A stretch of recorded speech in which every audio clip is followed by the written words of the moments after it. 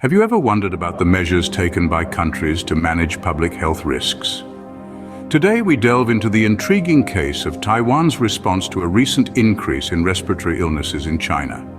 It all started on November 30th, 2023, when Taiwan's health ministry issued a travel advisory.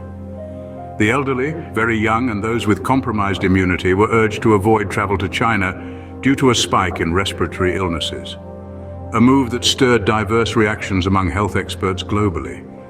The World Health Organization had previously requested detailed information from China about this sudden increase. While it was reported that the surge was not as high as the one experienced before the COVID-19 pandemic, the situation was still alarming. No unusual or novel pathogens had been detected, but Taiwan was not taking any chances.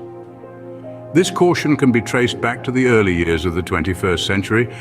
Taiwan has been wary of disease outbreaks in its giant neighbor since the severe acute respiratory syndrome outbreak that started in China and killed nearly 800 people globally in 2002 to 2003. The memory of China's initial attempts to cover up that outbreak still lingers in Taiwan's collective consciousness. In a weekly cabinet meeting, Taiwan's health ministry further advised that if travel to mainland China, Hong Kong and Macau was necessary, individuals should get flu and COVID vaccinations before proceeding. However, not all health experts agreed with this advisory.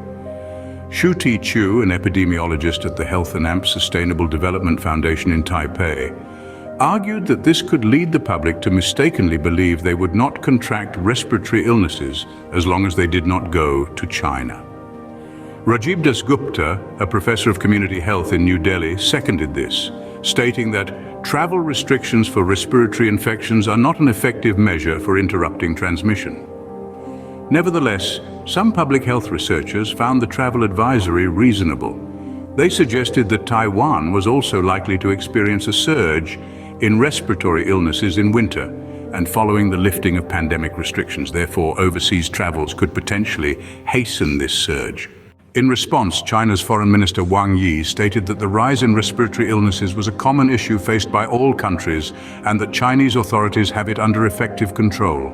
To summarize, Taiwan's decision to issue a travel advisory in response to the rise in respiratory illnesses in China sparked a global debate. While some health experts criticized the move as ineffective and potentially misleading, others applauded it as a reasonable precautionary measure. As winter approaches and countries lift their pandemic restrictions, the world watches closely to see the impact of those strategies on global health trends.